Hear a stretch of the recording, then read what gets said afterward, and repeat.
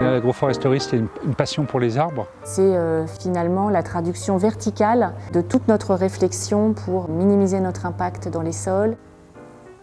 L'aspect social de l'agroforesterie, c'est deux choses. Le premier volet, c'est l'aspect spirituel. Comment on cultive sa terre.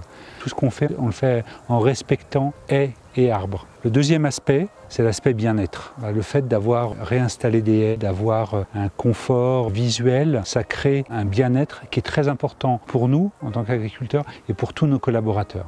L'agroforesterie, ça permet d'augmenter la biodiversité. Autour de la biodiversité, on a deux éléments. Il y a la biodiversité végétale. On a voulu varier de types d'arbres qu'on plantait pour avoir un système qui dure dans le temps, qui soit résilient. Après, il y a la biodiversité animale. L'arbre, il est lié à son sol, lié à l'air.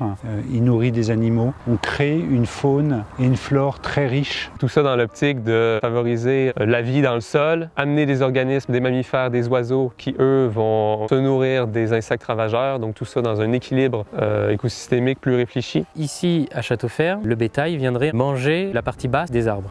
Ça, c'est un pari qui est au cœur de notre projet agroforestier. Alors, innovation, oui et non, parce qu'il y a des systèmes qui se pratiquent. Un des plus connus, c'est le cochon pata negra en Espagne, où les cochons se nourrissent des glands produits par les chênes.